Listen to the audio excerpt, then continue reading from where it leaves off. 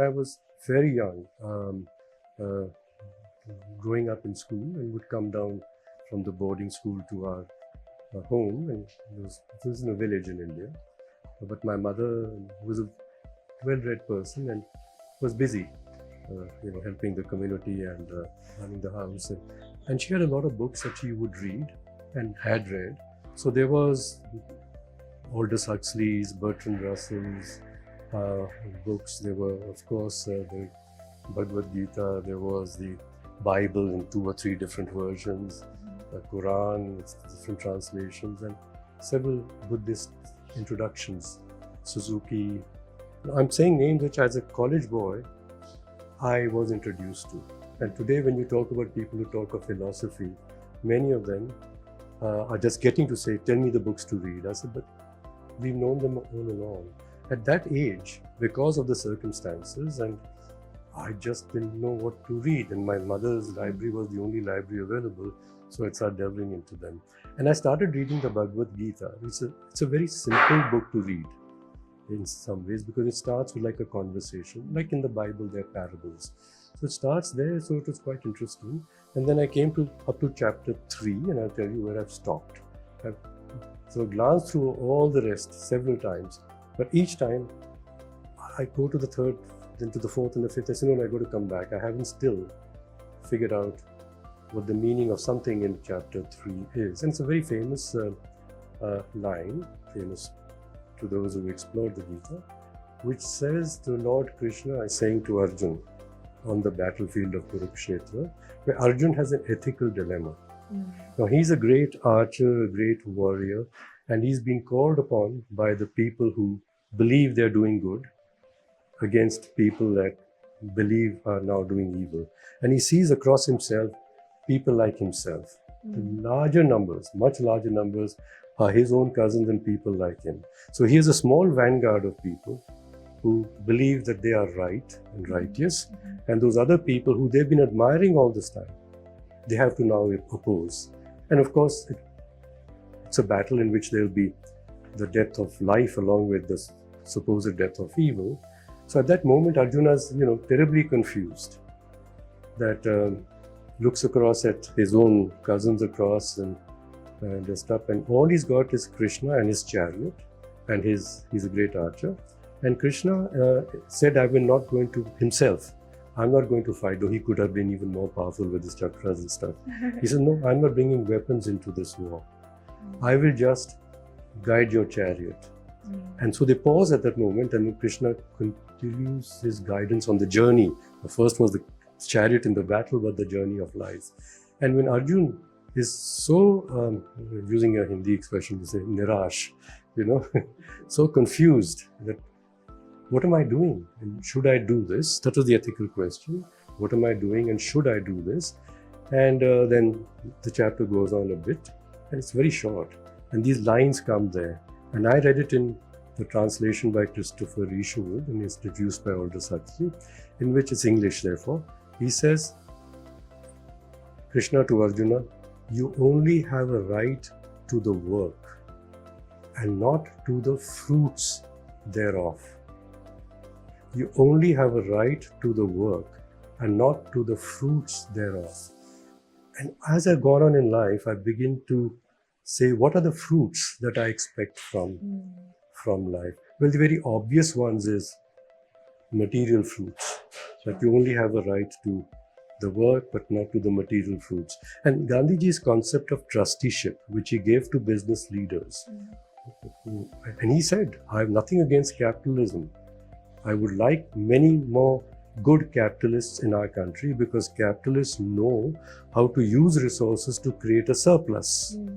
But the surplus doesn't belong to you. That is the lesson to the capitalists. The surplus belongs back to the whole society and environment from which you got the resources, which you used efficiently to create the surplus. It's a very easy message. It's a very easy message. And we go to the diversion, which is presently the most important one, I think, in humanity, is that corporations have been run since the East India Company time on the principle that the board and the governors of the corporation are accountable for 2 things. correct accounting of all, in financial terms, of all the operations of the corporation, correct accounting in financial terms of all the operations of the corporation, and the fair distribution of the profit amongst the shareholders. Just two accountabilities to society. And primary accountability is to the investors to make sure they get the fruits of all this operation. So this I'm saying more recently. We'll come to that, but this has to change. What we expect of corporate leaders, what we are charging the boards to do legally. Unless this changes, we will not get ethical business performance. And ethics means look after others more than for yourself. This principle that Gandhiji put out is an ethical principle. Yeah? Oh, yes. It's an ethical principle. So I go on earlier on, before I was in business and at the levels of the board where I could see the struggle. I mean, J.R.D. Tata was like Arjuna in a battle, but he had a voice which was telling him what Krishna said. And we'll come to that. So this part about which I think the concrete thing, we have to get out to the world. Yes. And we have to get it to our economists, our policymakers, and especially to our business leaders. They are not at all exercising this first principle of Gandhiji's, be the change you want to see in the world, for which you only have a right to the work and not to the fruits thereof.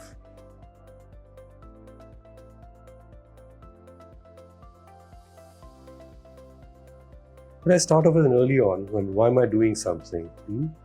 I'm doing it so that I look good and my boss thinks I'm good. That's why I'm doing it also. I mean, I don't do work just because I enjoy doing it. There's expectation that I want to please some people. I want to look good to my parents, my boss. So I say, is there anything wrong with that? You know, I want the fruit of appreciation. Should I not want appreciation? I haven't found the answer yet, but that's a question to keep with. And that's very interesting, Arun. There's a couple of things that you've just shared that really stand out to me. But this idea of wanting the fruits of appreciation, for example, and recognizing that we have the right to the work, but not necessarily to the outcome. It's like, I saw a quote the other day about not the outcome, the fruits thereof. There's a difference. I want the outcome. And I'll come to Gandhiji's explanation. But ownership of the outcome. This connects, this is Got also it. what I'm talking about in terms of how I think oftentimes we seek something, you know, we seek the fruit, the ownership, the ego patting, let's say, and that's natural. But if you take Gandhi as an example, this was something that he really so powerfully broke down within himself so that he could really purely come from this place of others. Sewa and service to others. I'm saying, you know, his autobiography was called what? He wrote it in his late 70s before he unfortunately was assassinated. It's called what? He knows the name of the autobiography. He's been, My experiment. Yes. It's his story of his life. My life is just, and he says so in the introduction of it, I'm just recording, remembering, which he put into his diaries, the moments when he had dilemmas and what he experimented with and tried to find an answer, and some failed, and he's been made ridicule for those, and many did succeed. And so that was his journey of learning how to apply that principle through his life.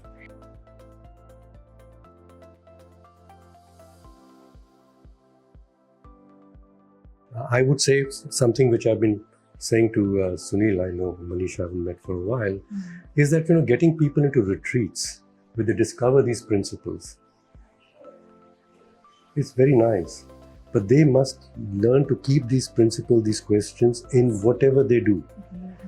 We have got a great way of getting people into retreats, and ultimately the Buddhists say, you know, just stay retreated from life because it will corrupt you. But that doesn't change the world, you see. Gandhiji was about changing himself because he had a desire, an aspiration to make the world better for other people also, not just for himself. So that outcome, like you said, I mean, he had a sense of accountability for the outcome, not a matter of ownership of the outcome.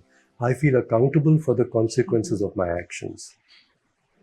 Yes, yes.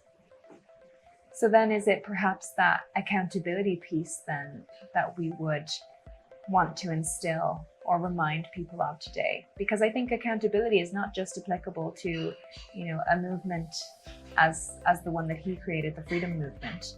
It's also applicable to how we operate within our workplaces, how we treat people. Like, we're accountable for how we leave someone feeling, or what we create in our environment. Is this what you would? Absolutely. We use the word nowadays saying we want accountable governments. It's going on all over. We want accountable government. But accountable for what? You see, that's my point. Accountable for what? If we say the government is accountable for ensuring the GDP grows, yes, the government is accountable for making it easy for people to do business. Is that the society we want to have? So there has to be a more civilizational conversation. What do we want? Right? And here, that conversation, unfortunately, takes place amongst the same powerful people. They're meeting in COP28 in Dubai. Do you think anything is going to come out which is going to make the lives of people who live in drought areas in Africa and the remote parts of India, where the streams are being polluted by GDP growth or business excesses? Is any such decisions will be taken there? No. Because of two things. One of them very clearly is everyone has a vested interest. I don't want a change to come in a way that I'm going to be deprived of my opportunities and my importance in the world. The second is I don't even understand how the things I so believe in, that capitalism is good, ease of doing business is good, actually coming in the way of this big espoused thing. I say, we all want a green world, we want no poverty. There's an intellectual disconnect here. So the discussion that we need to have is an intellectual discussion. And Gandhiji was supreme at that. See, now he, through his intellectual discussions, or rather his advisors with him, who knew how to put these concepts into economic and management terms, had explained why concentrating on the village as a unit of the world, which has its own humanity, society, its own specific environment, is the only way you're going to make the whole world compassionate and green and so on. You can't have these discussions up there.